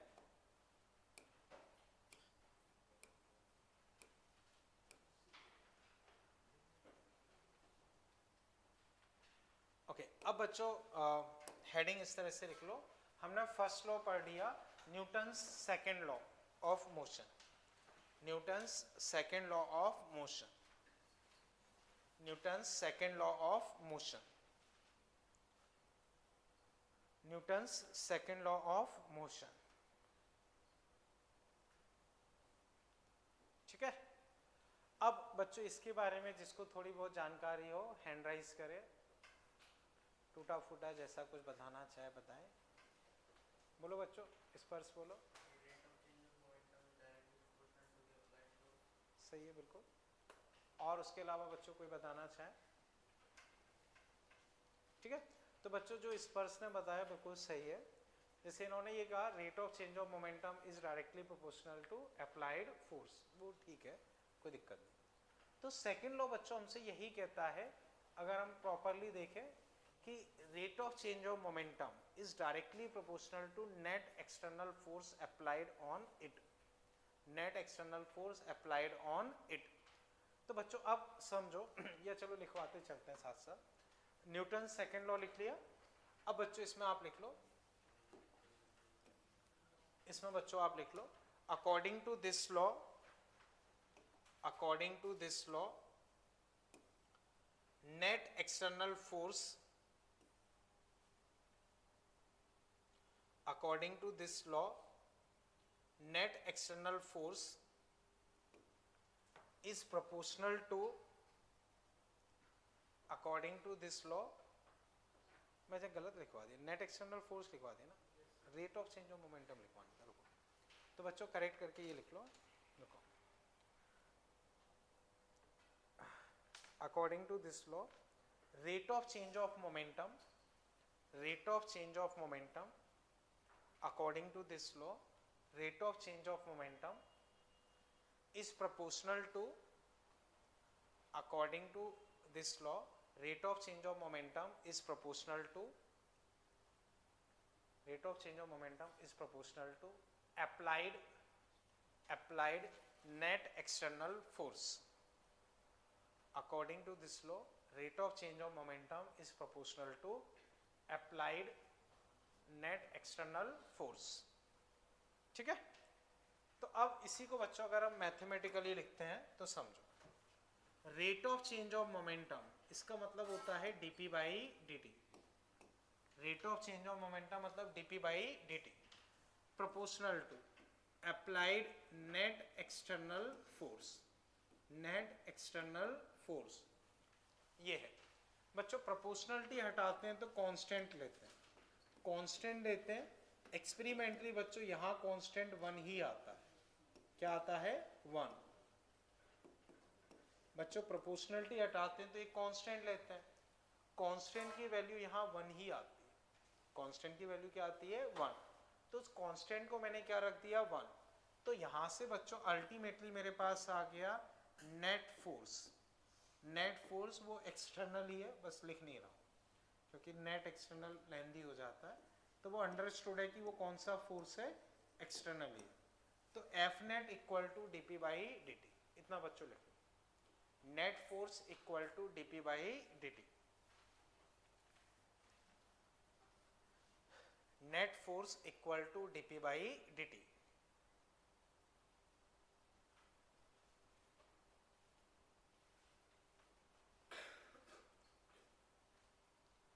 dp by dt is proportional to net external force. Proportionality हटाया तो एक कांस्टेंट लिया, एक्सपेरिमेंटली यहाँ उस कांस्टेंट की वैल्यू क्या होती है 1। तो फोर्स तुम्हारे पास सिंपली आ गया dp बाई dt। p बच्चों इसमें क्या है, p क्या है मोमेंटम। समझ गए ना बच्चों? ठीक। अब बच्चों बताओ डिफरेंशिएशन का ग्राफिकल मतलब क्या होता है? डिफरेंशिएशन का ग्राफिकल मतलब स्लोप। तो यहां से बच्चों क्या साबित हो रहा है कि मोमेंटम टाइम कर्व का स्लोप क्या देगा, फोर्स। यहां तक क्लियर है? इसके बाद एक लाइन बच्चों इसमें और लिख लो, एक लाइन बच्चों लिख लो, slope of momentum time curve, slope of momentum time curve, slope of momentum time curve gives force। slope of momentum time curve gives force। slope of momentum time curve gives force। ठीक है? तो momentum time curve का slope तुम्हें क्या देगा, force. अब बच्चों समझो, देखो मुझे बताओ, जैसे अगर मैं वेलोसिटी पूछता हूं तो dx बाई dt, एवरेज पूछूंगा तो delta x by delta T, acceleration dv by dt, average delta v by delta T, ऐसे फोर्स dp बाई dt। अगर मैं एवरेज फोर्स पूछता हूं तो बच्चों बताओ एवरेज फोर्स क्या होना चाहिए, delta P by delta T। इतना लिख लो बच्चों, average force delta P by delta T, average force delta P by delta T। इतना समझ के बच्चों? ठीक है। अब बच्चों इस पे कुछ थ्योरेटिकल क्वेश्चंस बनते हैं, वो पहले समझते हैं। यहां तक चीज समझ पाए? जैसे बच्चों मान लो हम क्रिकेट खेल रहे हैं, उसमें बॉल को कैच कर रहे हैं, तो बच्चों बॉल को जब कैच करते हैं तो हाथ को ऐसे पीछे की तरफ लेते हैं। क्यों लेते हैं? मोमेंटम कम करने से। उससे क्या फायदा होता है? हाथ में कम लगती है। बिल्कुल ठीक है बच्चों, समझो होता ये, बॉल की स्पीड u, मास m, बताओ मोमेंटम mu। फाइनली बॉल हाथ में आके रुक गई, मोमेंटम, तो change in momentum mu। Force कैसे लिखोगे, डिवाइड बाई टाइम। तो बच्चों अगर टाइम कम हुआ तो फोर्स क्या होगा, ज्यादा। तो अगर तुमने हाथ वहीं की वहीं रखे तो बॉल आई और अचानक रुक गई, तो टाइम बहुत कम है, टाइम बहुत कम है, तो कम चीज से डिवाइड करोगे तो फोर्स क्या होगा, ज्यादा। ज्यादा फोर्स होगा तो हाथ को चोट लगने के चांसेस ज्यादा होंगे। और ये बॉल आई, उसको पकड़ के हम ऐसे पीछे ले जा रहे हैं, तो बॉल को रुकने में हम थोड़ा सा टाइम लगा रहे हैं, तो हमने टाइम ड्यूरेशन बढ़ा दी। टाइम ड्यूरेशन बढ़ा दी तो नीचे वाली चीज बढ़ गई, तो फोर्स क्या हो जाएगा, कम हो जाएगा। समझ गए ना बच्चों? क्लियर है? ऐसे ही बच्चों और इसमें थ्योरेटिकल क्वेश्चन रहता है कि कोई बंदा घास पे गिर रहा है और एक हार्ड सरफेस पे गिर रहा है, किस केस में उसे चोट ज्यादा लगेगी, हार्ड सरफेस पे चोट ज्यादा लगेगी। रीजन, घास जो है वो दब जाती है, दब जाती है तो उसका मोमेंटम जीरो होने में टाइम बढ़ जाएगा, मोमेंटम जीरो होने में टाइम बढ़ जाएगा। तो नीचे टाइम बढ़ गया तो फोर्स क्या लगेगा, कम लगेगा। कम फोर्स लगेगा तो उसको चोट लगने के चांसेस कम रहेंगे। हार्ड सरफेस बिल्कुल हार्ड है तो वो दबेगी नहीं, दबेगी नहीं तो फिर टाइम बहुत कम रहेगा, उस केस में उसको चोट ज्यादा लगेगी। समझ गए बच्चों? अब इसी में बच्चों और क्या रहता है, F delta P delta T. आपको दोनों चीजें दे दी, पूछ लिया एवरेज फोर्स बताओ, कर सकते हो। कई बार आपको फोर्स दे दिया, टाइम दे दिया, डेल्टा पी पूछ लिया, वो भी मल्टीप्लाई करके निकाल सकते हो।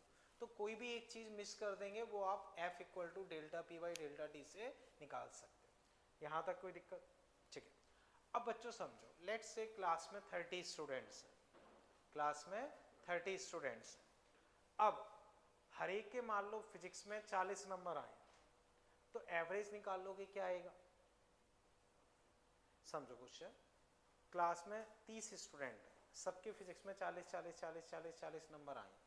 अब क्लास का एवरेज निकालोगे तो क्या आएगा? बोलो बच्चों, 40। मान लो केमिस्ट्री में हर एक के 25 25 नंबर आए, क्लास का एवरेज निकालोगे क्या आएगा?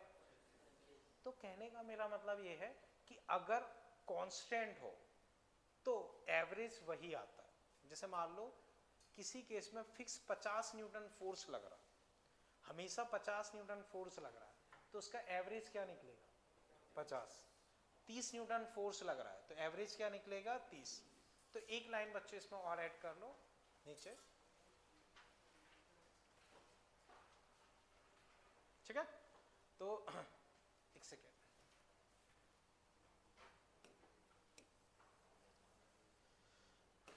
अब बच्चों इसमें एक लाइन लिख लो, for constant force, for constant force, for constant force its average value, its average value, for constant force its average value will be same as constant force. For constant force its average value will be same as constant force.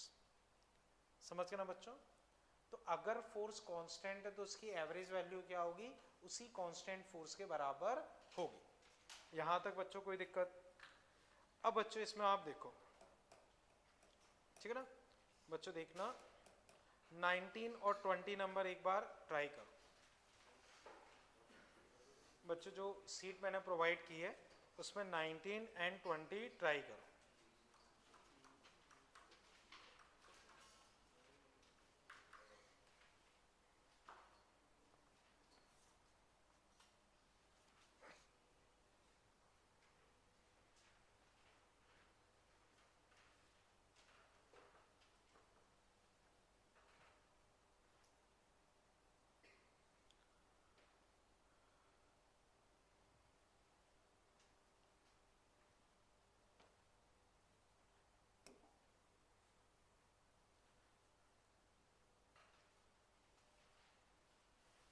Okay 19 किसी से हुआ? प्रज्ञा तुम बोलो, क्या किया?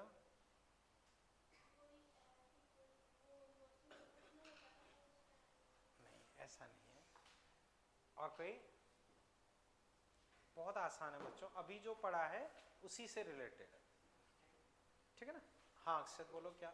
हाँ क्या है बताओ?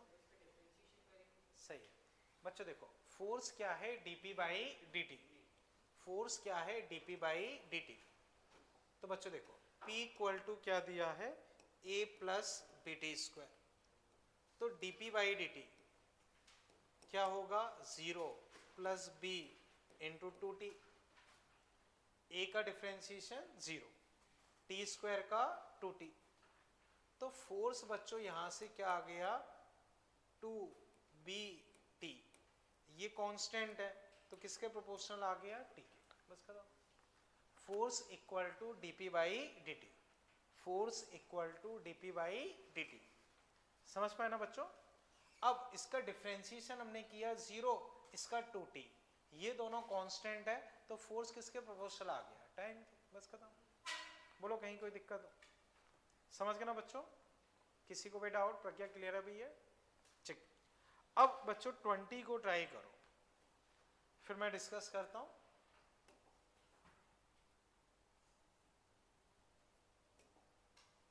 A particle move in xy plane under the action of force F such that component of its linear momentum p at any time p ये है। p x का मतलब है बच्चों वो x कंपोनेंट है, y का मतलब है वो y कंपोनेंट है।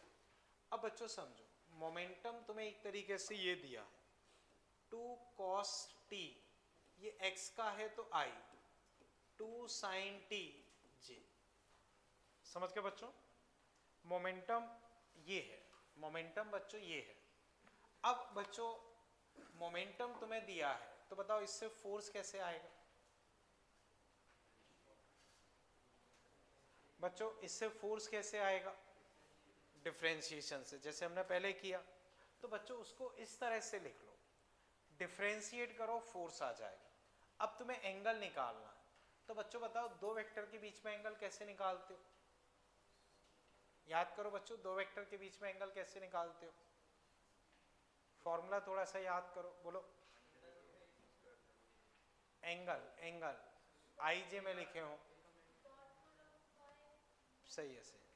Cos theta A dot B upon A B, A dot B upon A B. तो बच्चों सबसे पहले तुम इसे डिफरेंशिएट कर, सबसे पहले तुम इसे डिफरेंशिएट कर लो, बाकी चीजें बाद में देखते हैं, ठीक है ना? मैं पिछला वाला क्लियर है ना, कोई दिक्कत तो नहीं? ठीक है।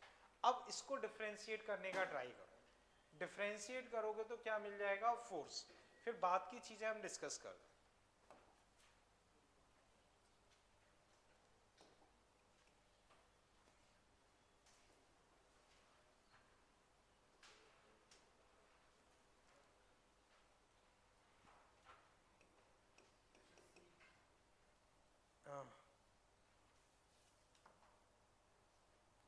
सी,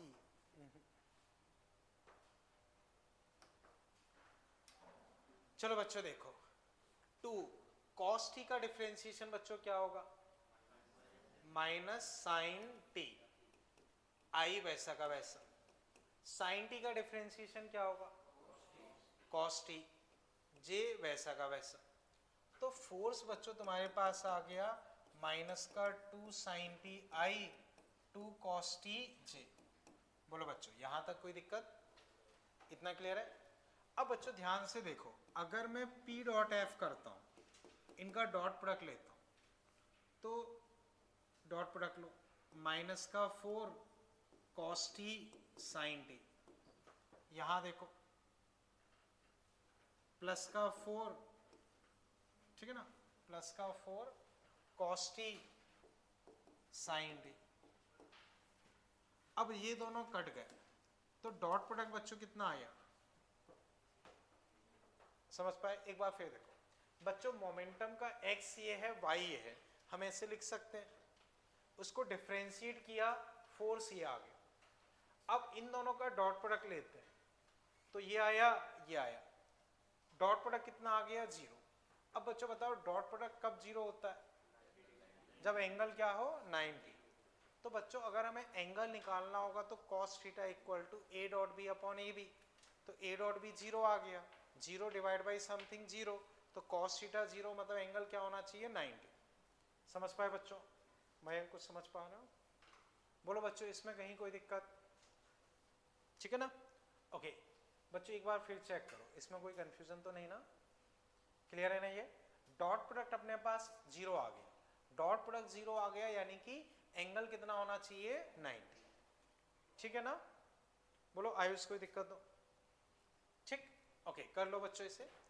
अब इसके बाद बच्चों इसमें आप क्वेश्चन ट्राई करो 24 और 25, जिसका बच्चों ये हो जाए वो 24 और 25 ट्राई करें। पहले इसे अच्छे से समझ ले, इसमें कहीं दिक्कत लग रही हो तो वो पूछ ले।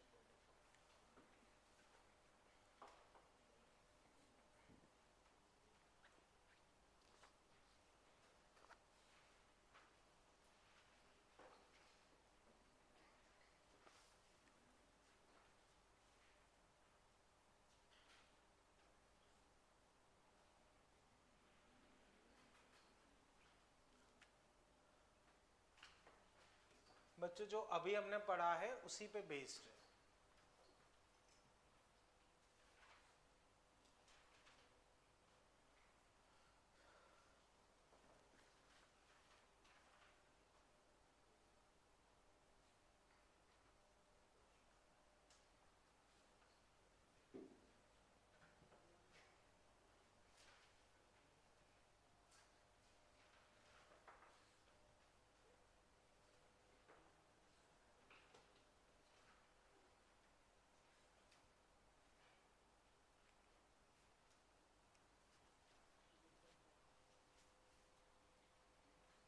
कर लिया?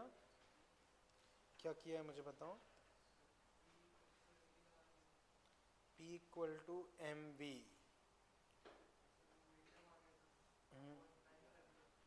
मिस्टेक है मैं बताता हूँ, और उसके अलावा कोई बी, तुमने क्या किया? ठीक है, और बोलो ए क्या किया? सबसे पहले मोमेंटम को कमाना है, हाँ उसके बाद फिर उसको एवरेज फोर्स से, ठीक है, देखते हैं अभी, तुम बोलो क्या किया?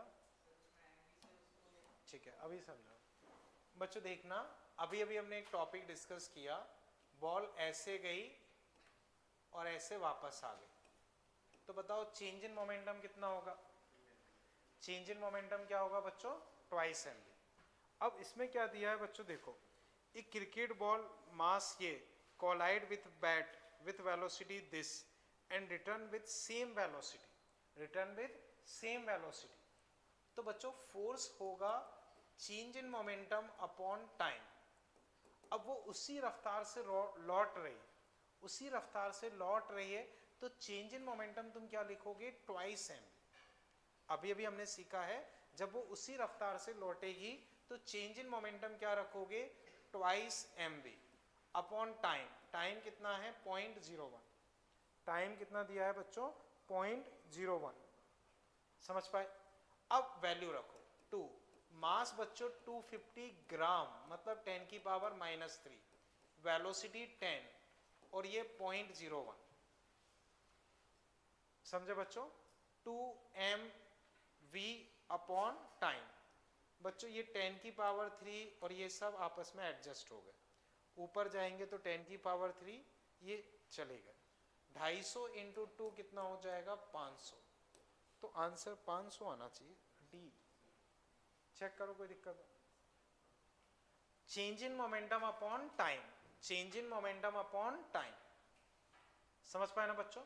तो उसी रफ्तार से अगर बॉल लौटी है तो चेंज इन मोमेंटम तुम ट्वाइस एम वी लिखोगे, तो twice M V upon time. समझ पाए ना बच्चों? अभी इसमें कहीं कोई तकलीफ बच्चों? ठीक है, अब बच्चों फिर इसमें देखो 25,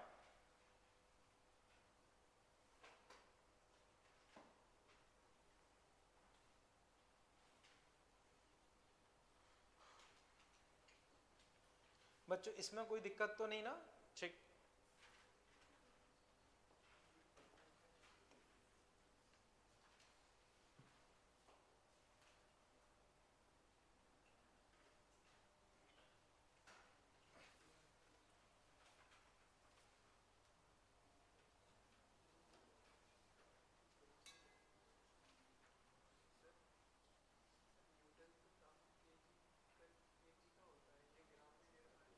नहीं नहीं नहीं, केजी किलोग्राम है वो। किस वाली में डाउट लग रहा है बोलो? ठीक है, बहुत आसान सा है, बोलो बच्चों क्या आना चाहिए? कितना बोला? सही है बच्चों, सिंपल सा है। देखो F delta P by delta T, तो डेल्टा टी क्या हो गया? Delta P upon F. Delta P बच्चों तुम्हें दिया है 125 और फोर्स है 250, तो आ गया 1/2 यानी कि 0.5। बच्चों F equal to delta P by delta T, तो delta T delta P by F, बस खत्म। बताओ बच्चों कहीं कोई दिक्कत हो? समझ गए ना बच्चों? इसमें अभी कोई कंफ्यूजन बच्चों? चलें आगे, बोलो कोई दिक्कत हो? ठीक, ओके ठीक बच्चों, इसे हटा देता हूँ फिर। किसी को डाउट तो नहीं ना इन क्वेश्चंस में? तो इसी तरह से बच्चों रहता है। ठीक, अब बच्चों हम वापस जो पढ़ रहे थे उसी को कंटिन्यू करते हैं। ठीक, देखो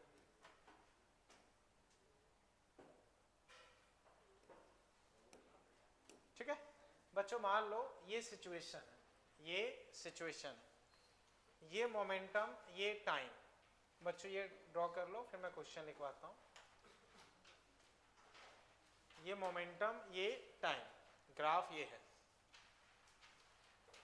क्वेश्चन बच्चों ये है, फाइंड फोर्स ऑन पार्टिकल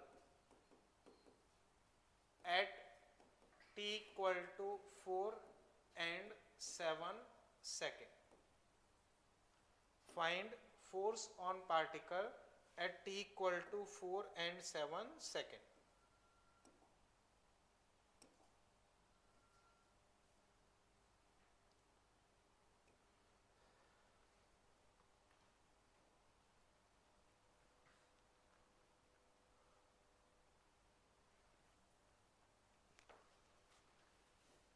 एक बार ट्राई करो, फिर हम डिस्कस करते हैं.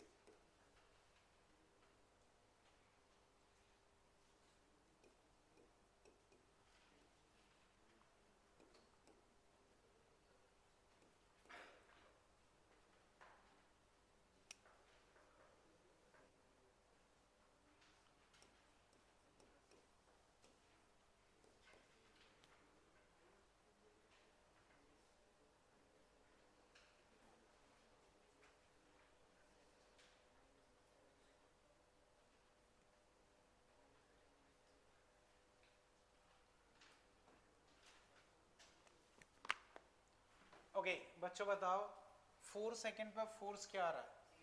0, क्योंकि बच्चों स्लोप 0 है, स्लीपिंग लाइन का स्लोप 0. तो ठीक है बच्चों, 4 सेकंड पे अगर मैं फोर्स लिखता हूं तो वो 0 आ जाएगा क्योंकि स्लोप 0 है. ठीक है बच्चों बताओ 7 सेकंड पे फोर्स क्या आ रहा है? -10/7. देखते हैं और कोई 7 सेकंड पे फोर्स. बच्चों देखो स्लोप क्या लिखना है? स्लोप क्या होता है? tan theta. तो बच्चों बताओ ये परपेंडिकुलर कितना है?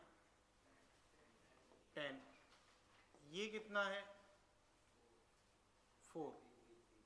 6 से 9 3. बोलो बच्चों अगर मैं tan थीटा लिखता हूं तो बच्चों पूरे के लिए सेम ही है. जैसे ये स्ट्रेट लाइन है, कहीं से भी एंगल निकालो सेम ही है, फर्क ही नहीं पड़ता. तो बच्चों अगर मैं tan थीटा लिखता हूं, tan थीटा, तो परपेंडिकुलर बाई बेस ये आ गया. विथ साइन देखोगे तो 90 से बड़ा एंगल है तो माइनस. तो tan थीटा माइनस का 10/3, यानी कि फोर्स क्या होगा? माइनस का 10/3, माइनस का 10/3.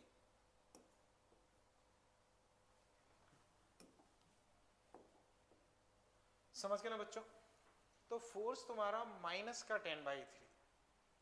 एक बार फिर समझो बच्चों, देखो पहला पार्ट तो स्लोप 0 है, फोर्स 0 हो गया. ठीक है अब ये जो है इसमें परपेंडिकुलर 10 है, ये 3 है, 10 और ये 3.